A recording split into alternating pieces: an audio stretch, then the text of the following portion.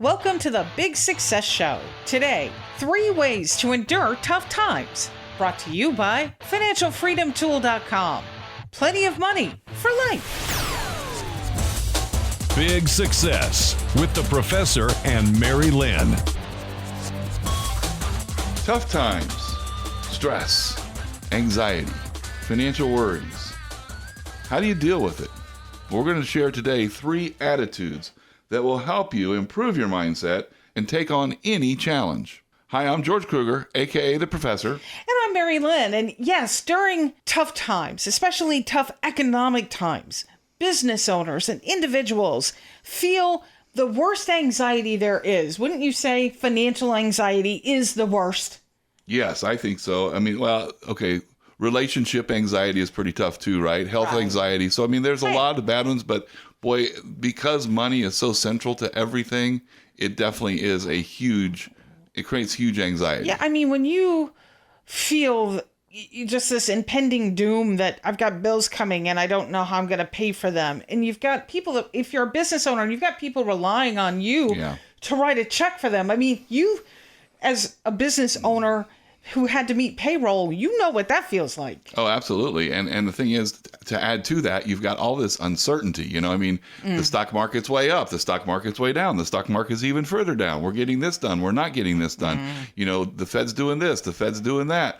All of these things that are hitting us all at once, it definitely creates an amazing amount of anxiety, you know, if you don't know how to deal with it. Right. So today we're going to talk about 3 attitudes to take to endure tough times, especially tough economic times, and persevere. And so attitude number 1 is you got to take action. Yeah. Have you ever noticed that you can worry and worry and worry?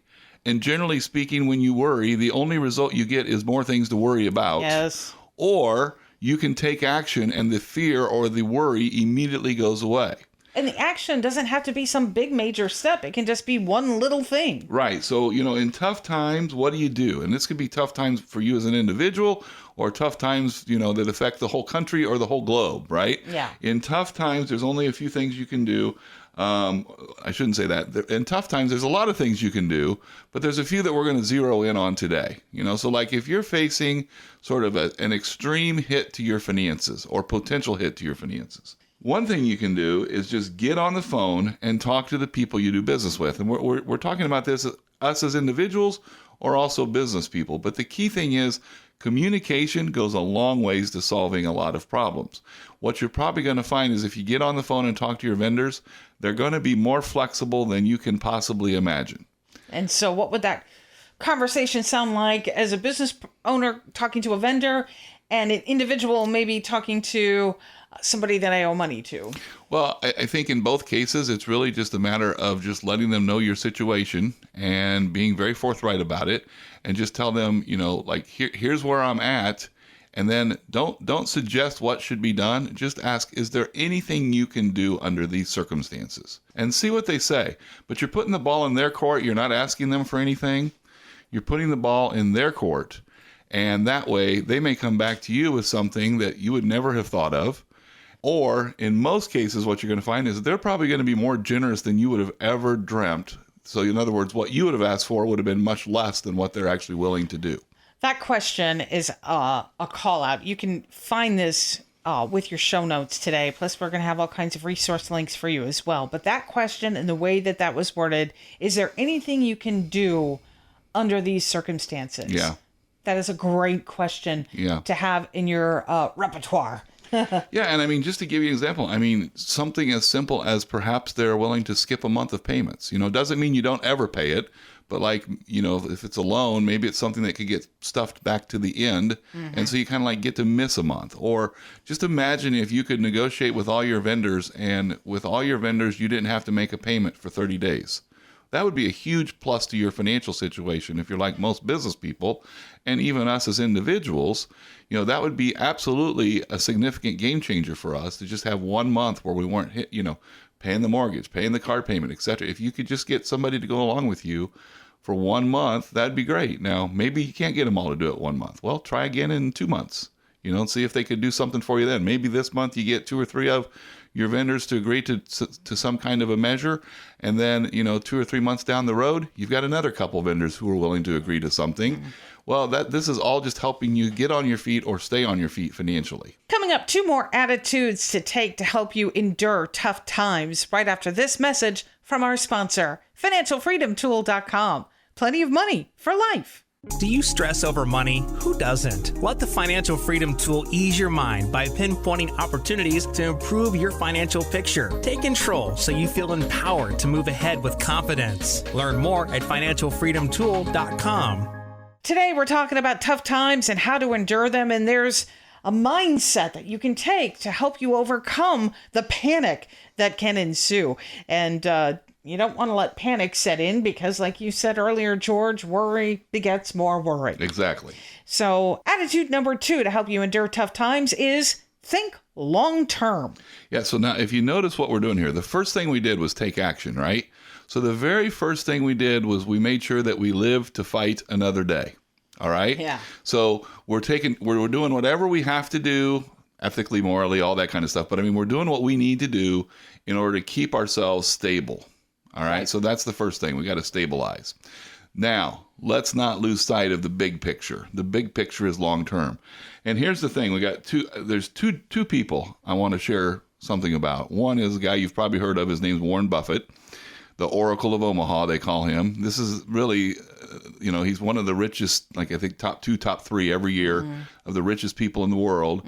And he got it, really all of it, from investing. This guy understands investing. What I like about him is he thinks like an entrepreneur. And so one of the things Warren Buffett was asked after a huge fall in the stock market some time ago, he said, "What's going to happen to stocks tomorrow?" He says, "I have no idea. I can't predict the stock market tomorrow.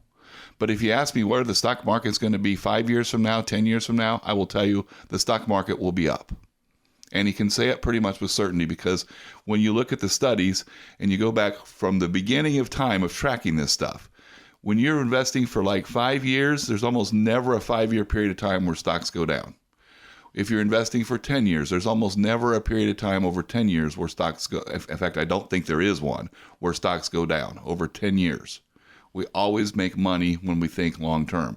The same is true in your business. If you give your business time to develop, you're going to be much more successful in the long term. The other one I want to just share with you, a lesser known person perhaps today, very well known in his time, but when I was a young man, according to the Guinness Book of World Records, J. Paul Getty was the richest person in the world. I think he was the first person to actually attain true billionaire status. If we bring people like Henry Ford up to current times, he would have been a billionaire too. But I'm saying a person who actually made the $1 billion mark at that time. First one, I think, ever. And I'll never forget something he said in his book, How to Get Rich. Great book. You can read it in less than an afternoon. He says, how to get rich? Well, the first thing he did was he started his own business. He got into the oil business. But then the way that he made a ton of money was during the Great Depression, when everybody else was scared and selling all stocks. He looked at it and said, stocks go up in the long run. I'm going to bet on stocks in the long run. And so he went in and bought tons of stocks, and that just propelled his fortune drastically. Now, I would say that as a disclaimer, we're not telling you to go out and buy a bunch of stocks. We're not financial advisors. Right. So you do want to talk to your financial advisor about what's the best move for you in your situation. Well, and also note that we're talking about stocks as a whole. So we're talking about a well-diversified portfolio of stocks as opposed to thinking a single stock, Okay. So we're, stock picking. We could talk about this, all day long, but you're absolutely right, Mary-Lynn. We're not suggesting you just rush out and buy stocks. But what we are saying is for your current portfolios, take the long-term point of view and don't be afraid to keep investing month after month after month after month, because over time you're buying in at a really good price. All right. And then for just getting outside of stocks and investing for folks going through tough times, and they're just thinking, how do I think long term about my household when I'm dealing with, economic stress right now? Well, first of all, I would say that's part of what we're doing with step number 1, take action. Okay. Right. We're stabilizing ourselves. But if there's still a need, like in other words, if you stabilize yourself and you say, boy, you can use a tool like our financial freedom tool to help you figure out where you might save money. And right now is a great time to be thinking about where could I save money, and so that's the kind of thing where sitting down, looking at money out and money in. It's Right. just that simple, because the first step to creating wealth is saving money. And treating your home like a business, because that's what businesses do. They Absolutely. look at money out, money in. That's Yep. how you sustain a business and you don't go under. Yep. Well, treat your household the same way. Look at the Exactly. numbers. That tool the financial freedom tool does that. It helps you Yep. to look at your household finances just like a business person will look at theirs to be able to make more strategic decisions. Exactly right. So you can live strategically and not just, let the whims of the economy and everything else have such a huge effect on you. All right. Let's move on to attitude number 3, to endure tough times. And it's to remember that change brings opportunity. Yeah, and so you're going to hear my bias as we talk about this, but entrepreneurship has been described as the science, or defined as the science of change. And this is why we encourage folks to think like an entrepreneur. Yes, right? exactly Because right. life is always changing, and boy, oh boy, things can come along that you never ever expected could happen, or that you never thought you could see. And so, and with things changing so fast today in today's world, you really do need to be nimble and ready to shift when you have to. Absolutely right. And so one of the things I share with my students every semester is that At the University of Illinois, if you didn't know, the professor teaches an entrepreneur finance class at the university. Yeah, and so one of the things I share with my students every semester is that it's change that creates opportunity. And sometimes we don't think about that. We don't realize that opportunity is focused around change. And then we talk about the fact that one of two things has to happen. Either you create change to get to an opportunity, or you respond to change to get to an opportunity.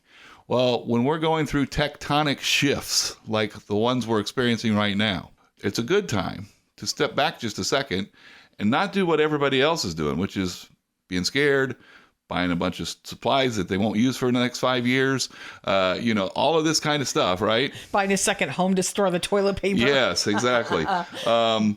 So instead of doing all that, step back and start to think about where are the opportunities in this, because there are going to be opportunities come out of this. And just to give you some examples. Any tough time. Absolutely. In any shift. In any time, right? At all times, there are things happening. There are things shifting or changing.